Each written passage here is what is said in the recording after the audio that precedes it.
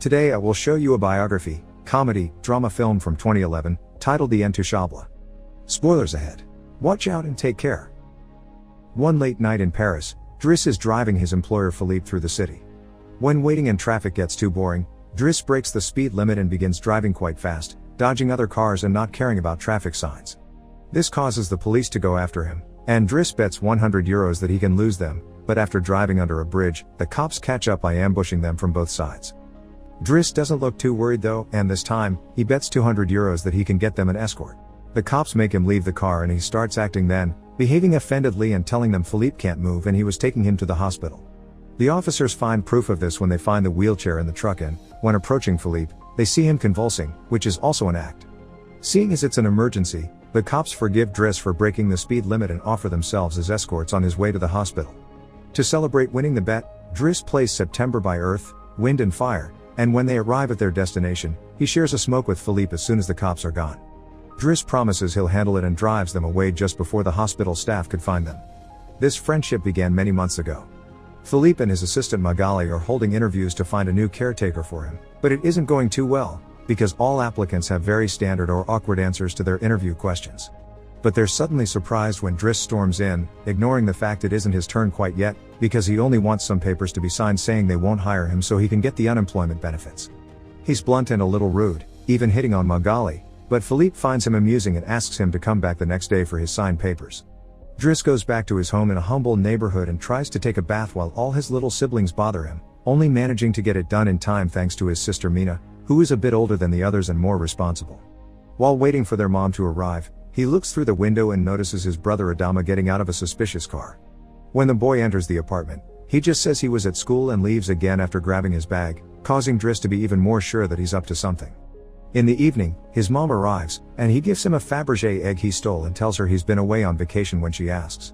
She isn't happy to see him though, because he disappeared for 6 months and never called, and now he's shown up out of nowhere as if her home was a hotel.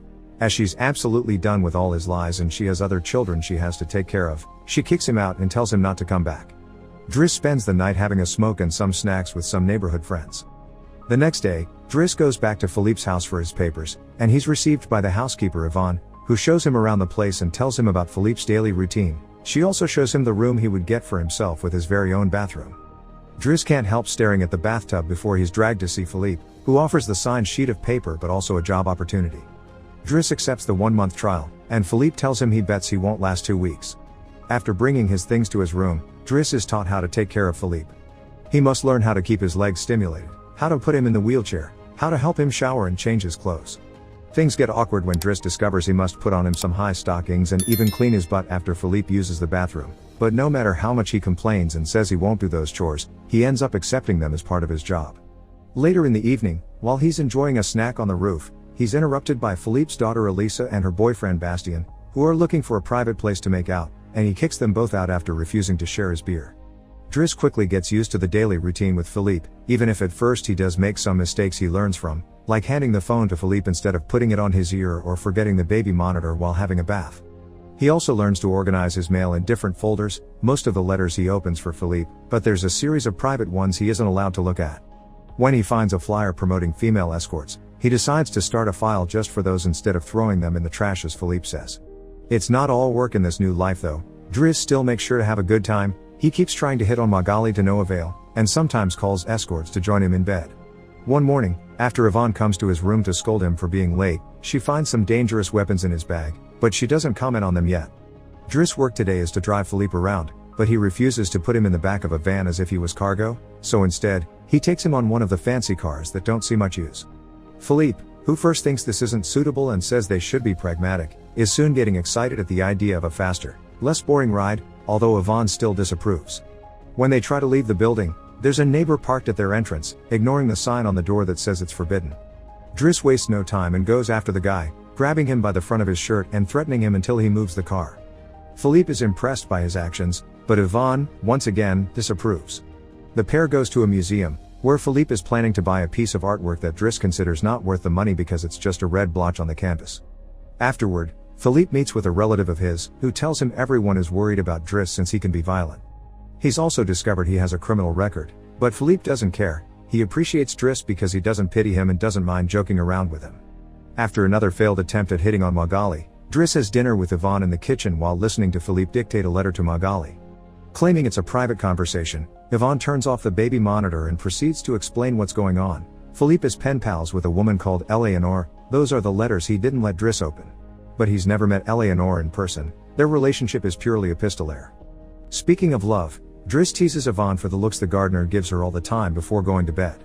He's trying to sleep when he hears some weird sounds coming from the baby monitor. Philippe is having trouble breathing. Not being capable to ignore him even if he tries, Driss goes to his room and gently guides him through the attack with soothing words and a wet cloth to wipe his face. Philippe eventually falls asleep, only to wake up again moments later, saying he needs air. This time Driss doesn't hesitate. He puts Philippe on the wheelchair, covers him with blankets, and takes him out for a stroll by the river. This is the first time Philippe has seen Paris at night in a long time, and now he's more relaxed. He explains to Driss that the medicine can only do so much and he sometimes experiences phantom pain. When they see some girls walking by, Philippe also confesses he isn't capable of pleasuring a woman because of his situation, but he still can enjoy some satisfaction when he gets his ears massaged because they are sensitive zones. When the phantom pain threatens to appear again, Driss shares one of his joints with Philippe, who is skeptical at first but ends up loving it. Afterward, they go to a restaurant, where they joke around while sharing a meal, and Philippe decides to share more of his story. He met his wife when they were students, and shortly after they got married, she had 5 miscarriages and was diagnosed with an incurable, terminal illness. That's when they adopted Elisa. Philippe has always loved competitions, extreme sports, and speed, and a paraglider gave him that. It was during a paragliding session that bad weather caused him to crash and break his vertebrae, although he still thinks his real handicap isn't the chair but living without his wife. After joking around some more, Philippe remembers the date and realizes Driss has passed his 1-month trial, so he's now officially hired.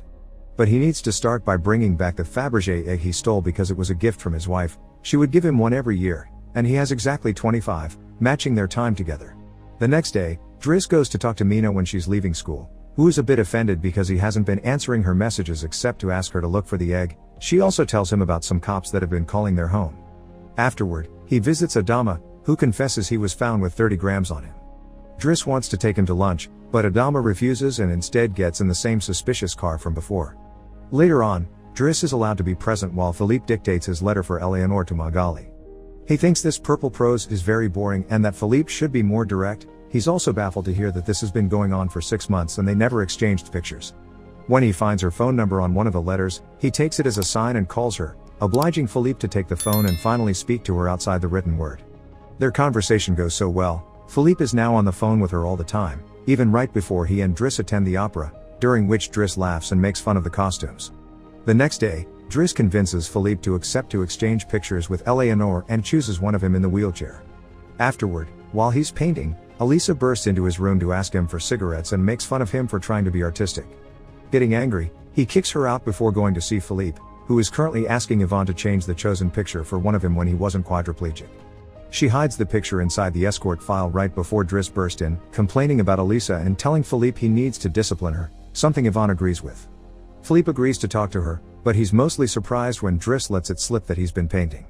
Days continue to pass, and the friendship between Philippe and Driss continues to grow. Driss takes him to play in the snow and brings him with him when he goes out for a run. Philippe gets him his first suit and scolds his daughter while Driss listens to him through the baby monitor. When Driss finishes his first painting, he shows it to Magali, who slaps him when he tries to kiss her. Philippe, however, likes the painting and promises he'll try to sell it.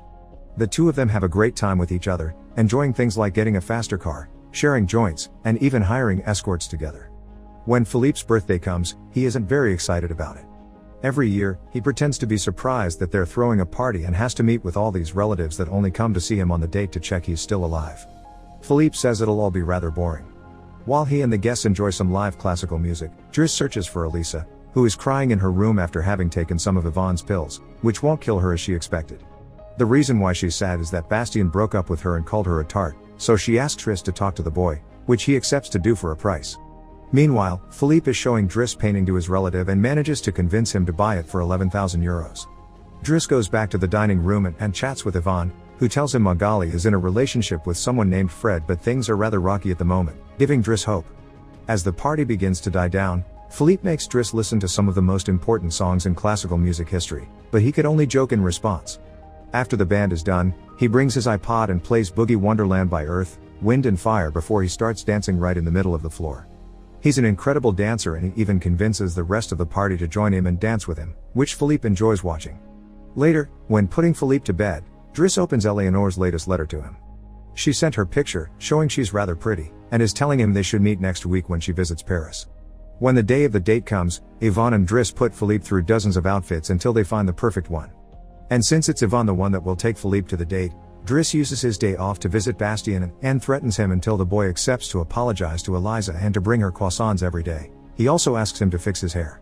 Afterward, he visits his mother at work, but only to watch her from afar. At the restaurant, Yvonne and Philippe are waiting for Eleanor, who is very late. After waiting for an hour, Philippe gives up, calls Driss to ask him to take him away, and then leaves the restaurant without noticing Eleanor is arriving at the same time. That same night, Philippe takes Driss with him in his private plane and gives him the money he got for selling the picture, making him immeasurably happy. They make it to the countryside the next morning, and Philippe decides to go paragliding, dragging Driss with him as well. Driss doesn't want anything to do with it, but after initially freaking out, he ends up enjoying the experience. When they return home, Adama is there waiting for Driss and gets scolded when he sees the scars on his face. Adama will still not tell Driss what's happening in his life though, so Driss makes him wait in his room while he calls Mina to tell her not to worry and goes to put Philippe to bed. Philippe, however, isn't sleepy yet. After making Driss look at a painting with him, he asks him about his family, which Driss at first doesn't want to talk about but eventually gives in. It turns out Adama technically isn't his brother and his parents aren't actually his parents, they're his aunt and uncle. They fetched him from Senegal when he was 8 because they couldn't have kids, and his real name is Bakari Bassari, but because other kids had that name, they called him Idris, and that became Driss. One day, his aunt miraculously was able to conceive, and after his uncle died, there were other men and more kids as well. In the same way Driss had talked to him about Elisa, Philippe points out that Adama needs discipline, so he fires Driss so he can be there with his family because he can't spend his whole life taking care of an old man. The next morning, after Bastien has brought his daily croissant while wearing a better hairdo, Driss packs his bags and gets ready to go. Magali comes to say her goodbyes, and when Driss tries to hit on her one last time, Magali introduces him to his significant other Fred, which is short for Frédéric. Turns out Magali isn't interested in men, and Driss gives up on the spot. On his way out of the house, he gives the baby monitor back to Yvonne and teases her for having lied to him about Magali just to mess with him. In return, she gives him the escort file he had started, and he's disappointed to find the picture he had chosen is hidden there. Driss throws away the file, but he keeps the photo for himself. Once outside, he finds a car once again blocking the entrance, so he asks him to move away even if he doesn't work there anymore. When Adama calls him out for it, Driss says it's a matter of principle. A few hours later, the two brothers go pick up their mother at the station while back at the house. Philippe is having his first dinner together with his new caretaker, who is stuffy and boring, and Philippe decides to leave him without even having a bite. Since Yvonne is out on a date with the gardener, nobody is there to scold him for it. As days pass, Driss goes back to his old life. He hangs out with his old friends again and tells the guys from the suspicious car not to bother Adama anymore. When he goes to an interview he doesn't have enough experience for, he manages to win over the employer by calling himself pragmatic and using all the art knowledge he acquired while working for Philippe. This lands him a job as a driver. Philippe continues to dislike his new caretaker and is in a constant bad mood. One night, he refuses anyone in the house to help him with his phantom pain, so Yvonne calls Driss and asks him to come over. That's how they find themselves in the situation from the beginning, with the cops chasing after them first and escorting them to the hospital later. After that little adventure, Driss drives Philippe to the coast, and the sight of the sea helps Philippe calm down. Sometime later, Driss takes care of Philippe's overgrown beard before taking him to a restaurant for lunch, but he doesn't stay, because someone else will be making Philippe company today. Driss wishes him luck and finally gives him back his egg before leaving, and Philippe starts worrying about being alone until he sees who his date is, Eleanor, who is delighted to see him and doesn't mind the chair at all. The real Count Philippe Pozzo di Borgo now lives in Morocco. He has remarried and has 2 daughters. The real Driss, actually called Abdel Yasmin Selou, has his own firm and is also married with 3 children. The 2 men continue to be very close friends to this day. Make sure to subscribe and turn on notifications so you can watch more videos like this. Thanks for watching.